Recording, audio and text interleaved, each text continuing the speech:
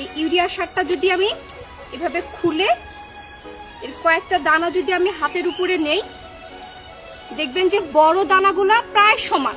সুতরাং আমরা বুঝতে পারবো যে ওটাই হচ্ছে আসল ইউরিয়া। ছোট দানাগুলোর একটি যদি জিহ্বার আগায় লাগানো যায় এবং এতে যদি লবণের স্বাদ পাওয়া যায়, তাহলে বুঝতে হবে এতে লবণ মেশানো আছে। এছাড়া ইউরিয়া সারের মাঝখানে চুনের গুঁড়াও কিন্তু মেশানো হয়। ইউরিয়া চেনার উপায় বলছি।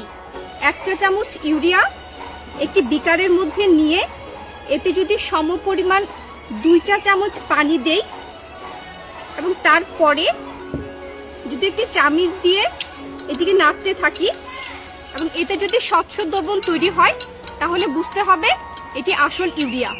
এই স্বচ্ছ দ্রবণে হাত দিলে ঠান্ডা অনুভব হবে এবং এতেই বোঝা যাবে এটি আসল ইউরিয়া।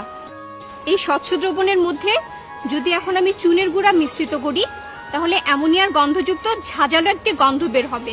তাহলে আমরা বুঝতে পারবো যে এটি নকল ইউরিয়া। টিএসপি সারের বস্তায় এসএসপি সার ভরে বাজারজাত করা হয়। দেখতে একই রকম বলে কিছুই বোঝা যায় না।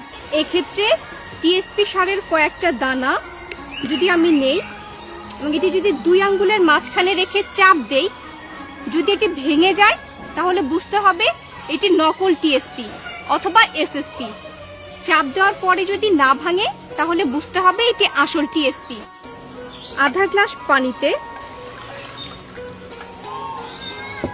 যদি 1 চা চামচ পরিমাণ টিএসপি সার দেই এবং ভালোভাবে এটিকে মিশিয়ে নেই, তাহলে ডাবের পানির মতো পরিষ্কার জল তৈরি করবে।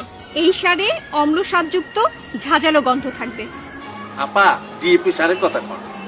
নিম্নমানের মিশ্র সার, মাটি, রং ইত্যাদি পদার্থ দিয়ে তৈরি করে ডিএপি সার এবং এটা বাজারজাত করে অসাধু ব্যবসায়ীরা।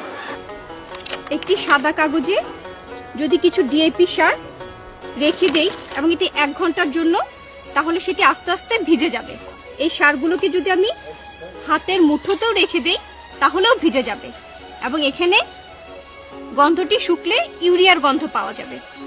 ডিএপি সার চেনার আরেকটি উপায় হচ্ছে, একটি চামচের মধ্যে কয়েকটি ডিএপি সার নিয়ে যদি জ্বলন্ত মোমবাতির শিখায় ধরা হয় এবং কিছুক্ষণ পর এটি দেখা যাবে যে বুদবুদ উঠতে থাকবে এবং এটি একসময় সম্পূর্ণটা নিঃশেষ হয়ে যাবে এবং সবার শেষে চামচের উপর একটি হালকা আবরণ পড়বে।